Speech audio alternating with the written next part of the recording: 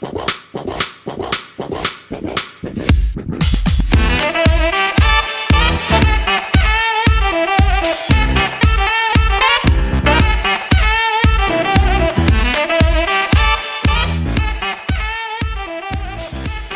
back to No Rhyme, No Reason. I'm your host, Aaron Bergeron, and as always, I'm joined by my co-host, Popeye. Hello. And Ernesto. Yellow.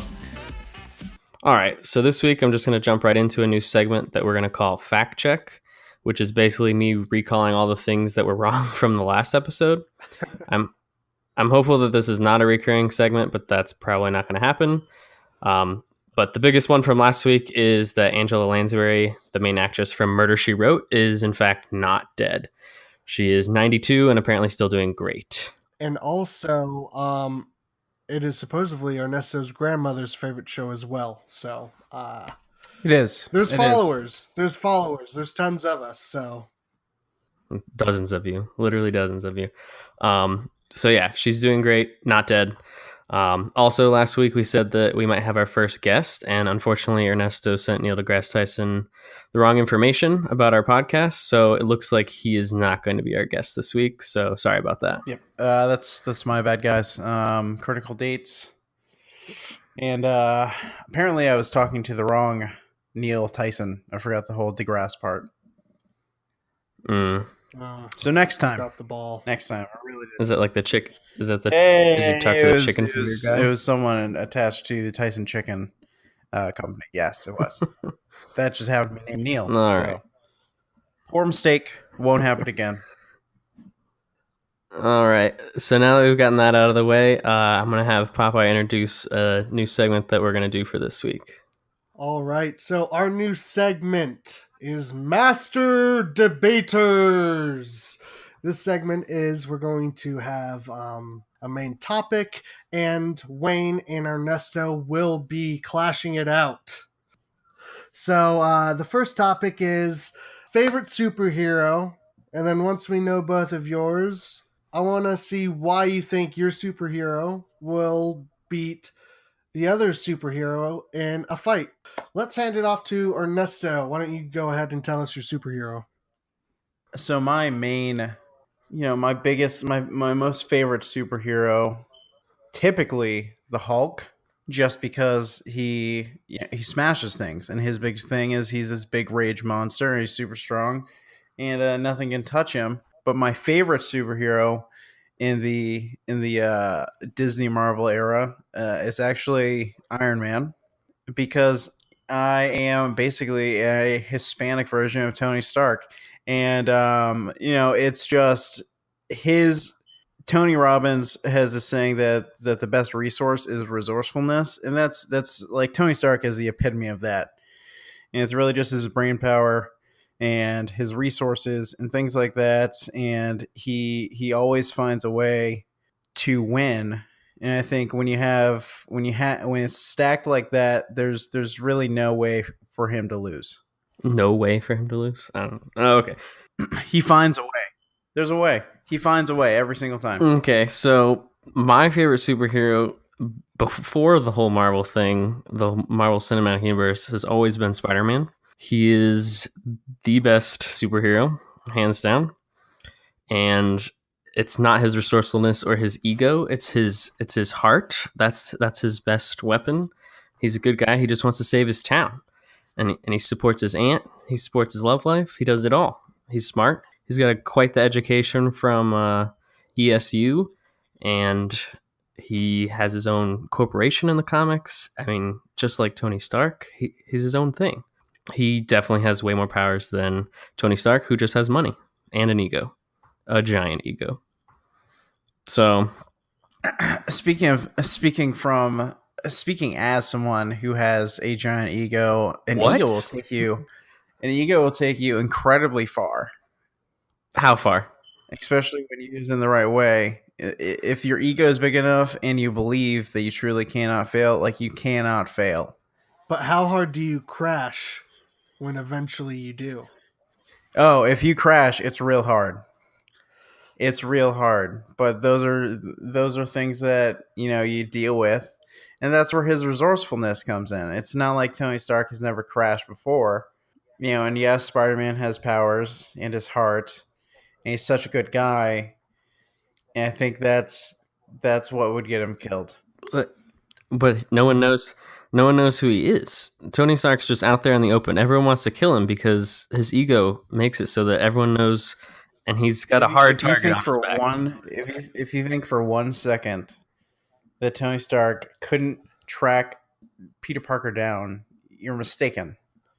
I'm not arguing that fact. I'm just arguing that I would imagine that Tony Stark has quite a lot more enemies than Spider-Man since he's out there. I don't think he has more enemies. I think he has more enemies that know who he is. I think Spider-Man as the character has more enemies, and so simply because Peter Parker has a secret identity that protects him. But if that was outed, I think he would have a lot more heat than Tony Stark did. I think Tony Stark actually gets more complacent. He's more prone to complacency than, I would say, Peter Parker. Yeah, because he's a badass. Yeah, but if you can't deny that complacency is a major weakness that can actually hurt you pretty well, I mean, complacency can get you killed. That's true. So you can be a badass, but still, complacency can get you killed. It's true. Also, I'd like to point out that this might not have anything to do with them fighting, but Spider-Man is just a way more popular, way more recognized superhero.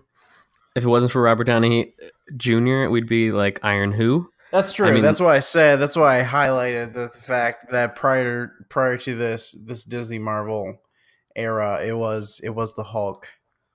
I feel like you should have stuck with the Hulk. Yeah. I feel like you relate. Your attributes are very similar to Tony Stark, but they're also very similar to the Hulk. The Hulk versus Spider-Man wouldn't even be a debatable topic. It would be the Hulk every single time. Oh, so you're trying to make this easy for me? Is that what you're trying to do? Yeah, I'm making it easy. How does Spider-Man beat the Hulk? I guess he doesn't. He sends him to another planet, and then he's off the planet and can't get back.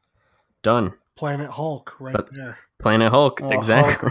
Hulk finds how does he send him to another planet? I know, they do it in the comics. It's not him. It's Doctor Strange. Doctor Strange sends him to another planet. Well, there you go. He's the one who sends him there. Spider-Man. That's what Spider-Man would do. He'd be like, "Hey, Doctor Strange, can you get this guy out of here for me?" Just go find Doctor Strange. That's how Spider-Man beats the Hulk. Yes.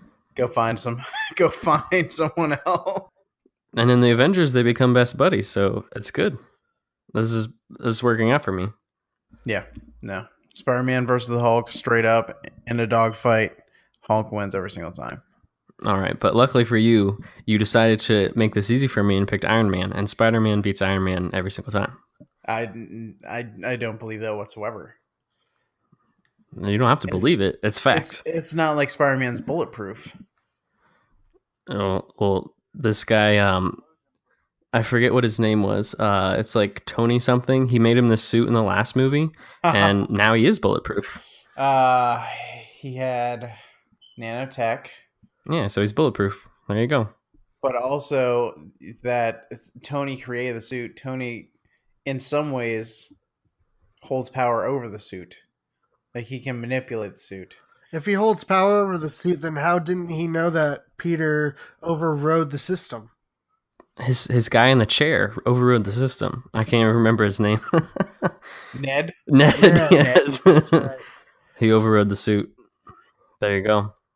No, well, what I'm talking about is he...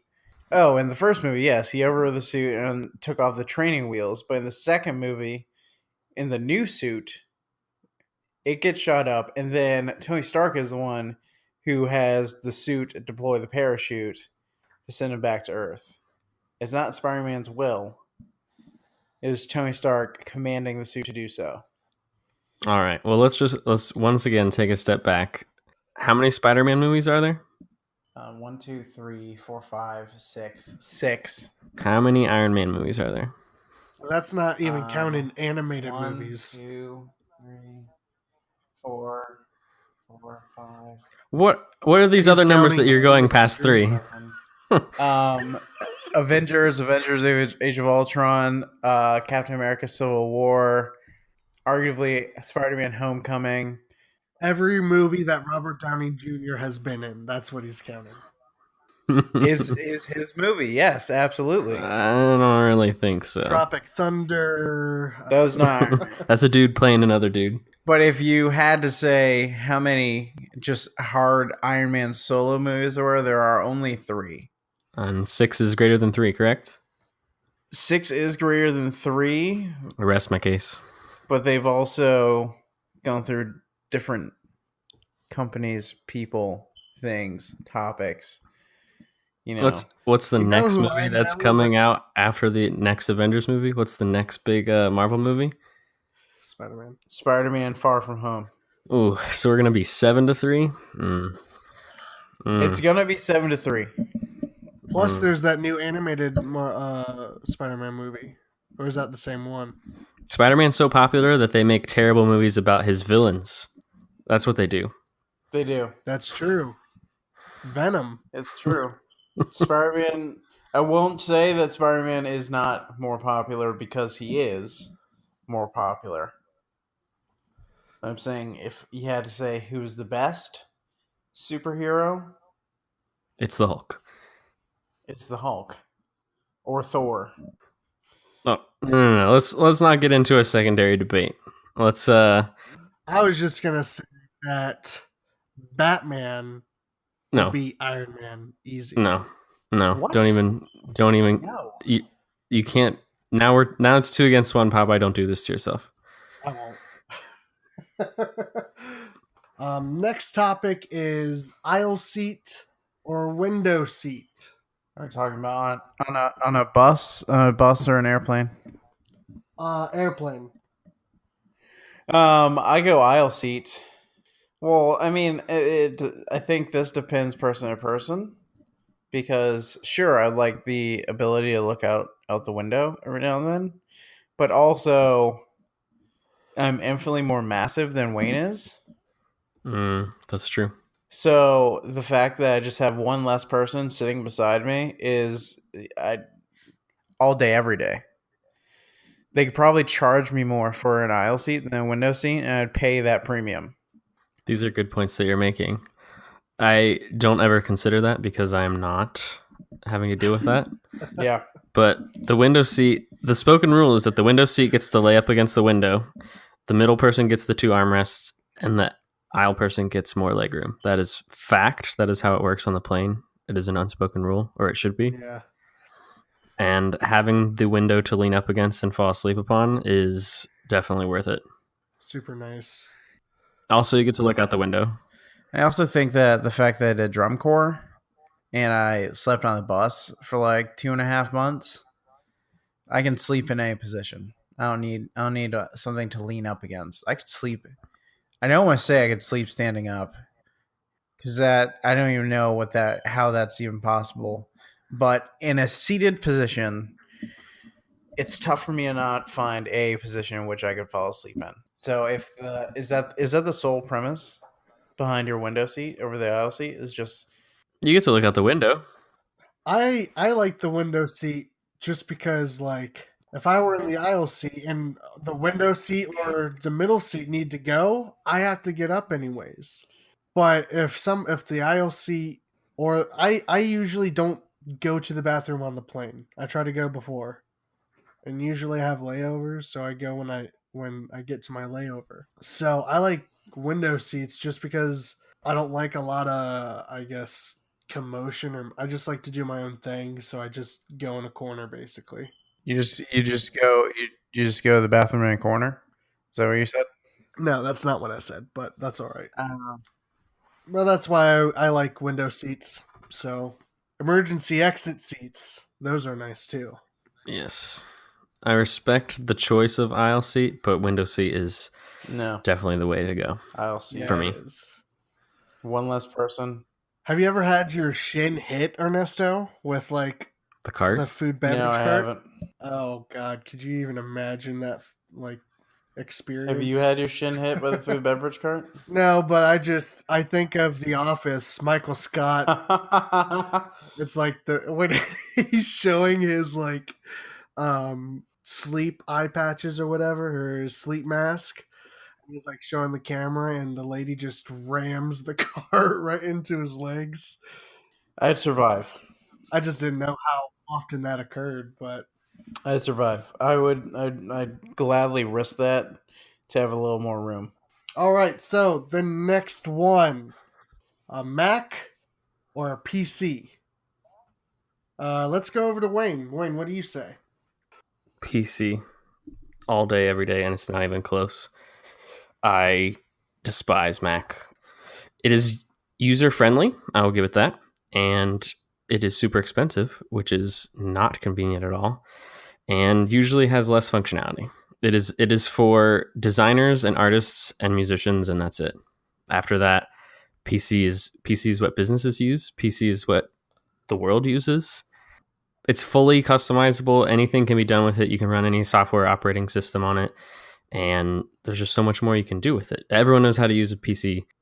Macs are intuitively, people think that they know how to use them, but they just use them for surfing the internet. Fight me. No. You're not going to fight me? I win? All right, easy. No, I will fight you. Listen, Macs all day, every day. Like, Macs do not die. What do you mean they don't die? They don't die. I've had many laptops just crash and burn on me, be destroyed, be fall into ruin. I can't operate them ever again. I have this Mac that is literally 6 years old, runs perfect, could not run better, super efficient, silky smooth. I just want to preface this to the listeners real quick. We were bouncing topics back and forth to do this little segment. I asked Ernesto, could you compare to Wayne with argument if we did Mac and PC? And he very confidently told me yes. And so hearing his answer of it lasts longer, is that also with battery life, Ernesto? Battery life, yes, absolutely. It's just so surprising to me that I just thought it was funny that was his opening statement was. No, it's not that it lasts longer. I mean, like, system-wise, it lasts longer. System-wise, it doesn't crash. System-wise, you get there are less problems. All right, I went through like 6 different laptops. They were all PC before I went with the Mac. Are you able to play any video games on a Mac? Why would I play video games on a Mac when I have an Xbox to play video games on? Well, if you wanted to play PC instead of console, there are people who do that. They have both, but they like PC. There are tons of people.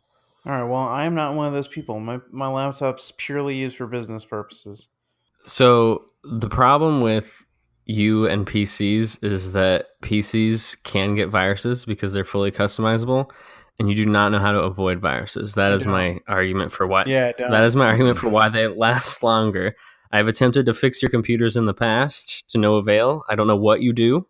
Actually, I do know what you do, but I'll act like I don't know what you do, and you ruin them. And Macs make that more difficult because they have setups to prevent that from happening, but that also prevents you from doing so many other things that you can do with a computer. Essentially like a stupid lock that they put on all the things so that other people can't use them. As someone who works in IT, like I said, I respect the usage and the utility that a Mac provides people, and it's easy to put in front of someone who's not computer knowledgeable and just say, here's a computer. But if you were an actual professional and you need to do business, you use a PC. Absolutely not. Absolutely not. Why? Everyone uses a Mac. Who is this everyone? Go to a store right now. Go to any, like a Publix. Go to a grocery store. Go to a Walmart. They all are using PCs. Like, no one is using Macs.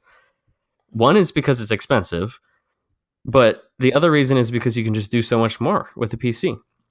Like what? What can I do with the PC that I can't do with the Mac? Besides play video games on it or what the fuck ever. You can afford groceries. I can't afford groceries anyways.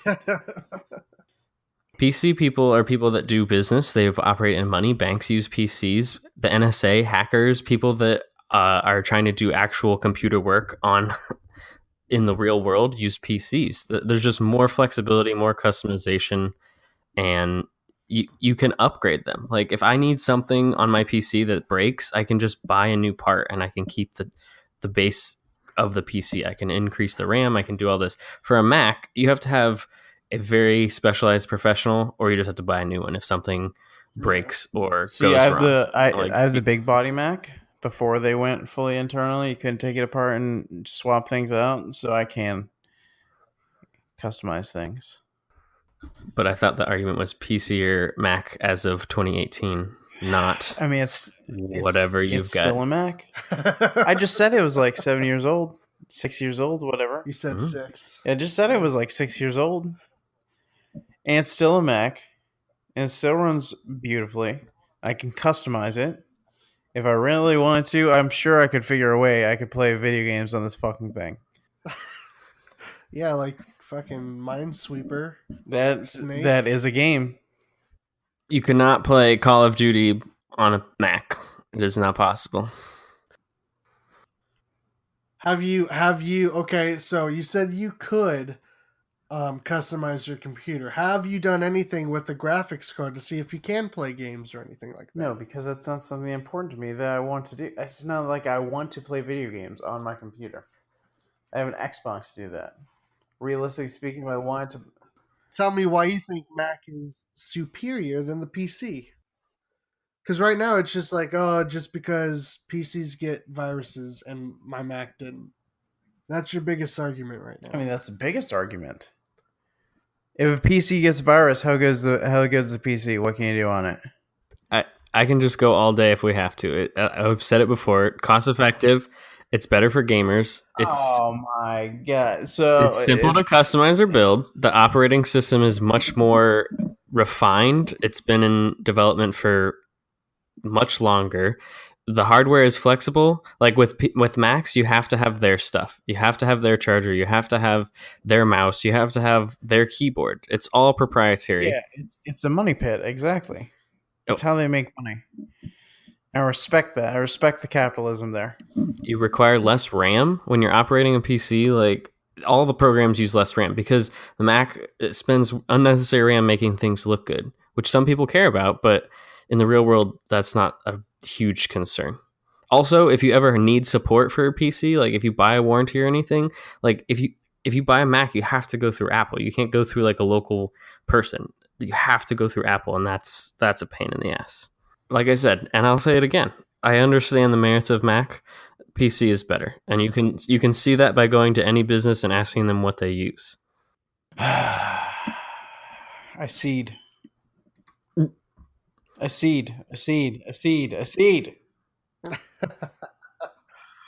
All right. Well, I think I'll just leave it up to the listeners. If you want to let us know what you think about each discussion, let us know your own opinions. That would be great. And then I will hand it over to Wayne and sign us out.